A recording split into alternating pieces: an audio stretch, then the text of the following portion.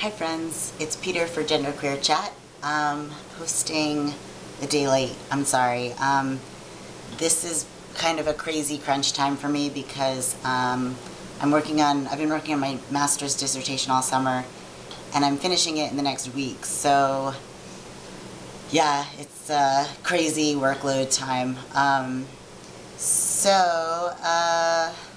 I guess I've had kind of a crazy weekend too, trying to unwind before my last big crunch of writing. So, hope you've all been having a good weekend. This week's topic, we're talking about mannerisms, which is an interesting topic for me. I guess, okay, I have a lot of little things to say, so I'm going to try and get it all out. I guess I noticed that, for one thing, I noticed that my mannerisms are very different in different social settings, which I don't always do intentionally. Sometimes I just notice it's happening. And like, if I'm with a bunch of really feminine people, for example, I start acting more feminine. And if I'm with a bunch of really masculine people, I start acting more masculine. I just sort of seem to pick it up. And I think that ultimately it stems from a desire to relate to whoever I'm with. And it's never like a fake personality. It's always genuine. But I feel like when I first, I guess before I started physical transition, and even in the beginning of my physical transition, I definitely tried to act more masculine in my mannerisms and, you know, body language, things like that, tone of voice, manner of speaking. So, I mean, but that was really wrapped up in a desire to pass, because I wasn't passing, unless, you know, if I butched it up a little bit, then sometimes I could pass. And it wasn't always just with strangers. It was also with people in my life who, you know, even if I was out with people as trans, and, you know, if people who knew that I was going to start transitioning, a lot of these people really just thought of me in feminine terms, and as a woman, and I could see that, even if they knew that, you know, even if I said to them that's not who I am, they still couldn't really see that when they looked at me. So I did find myself, you know, acting more masculine, more butch, than was really genuine to who I am.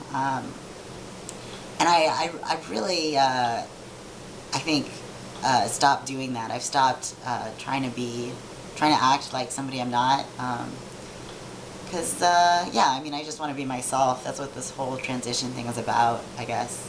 It's just trying to be me, and, but it does, you know, my mannerisms are not those of a typical guy, and a lot of times I don't even notice that what I'm doing is not normal until I see someone's reaction.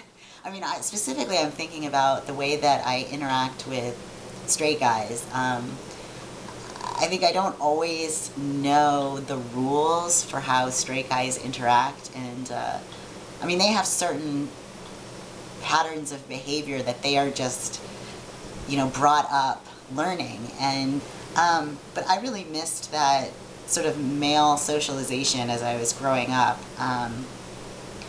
So then it's like there are little, you know, social customs that I don't even notice, or I don't realize until I realize that I've transgressed them and done something that's not normative. I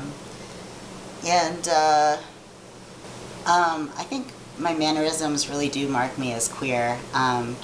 I don't know if people would really make the connection that it's a genderqueer thing, but when people read me as a guy, I think, and they see, you know, in my in my mannerisms, in my body language, in my posture, or whatever. I think that they then read me as a gay guy, sometimes, not always.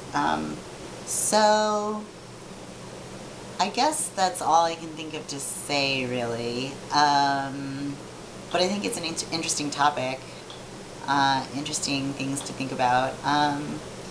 Yeah, I hope, you know, you're all having a nice weekend out there in internet land. Yeah, this upcoming week is going to be really nuts for me. I have to write a whole bunch of stuff and proofread a whole bunch of stuff and then mail it off to England. So, and that's going to be like $1 million.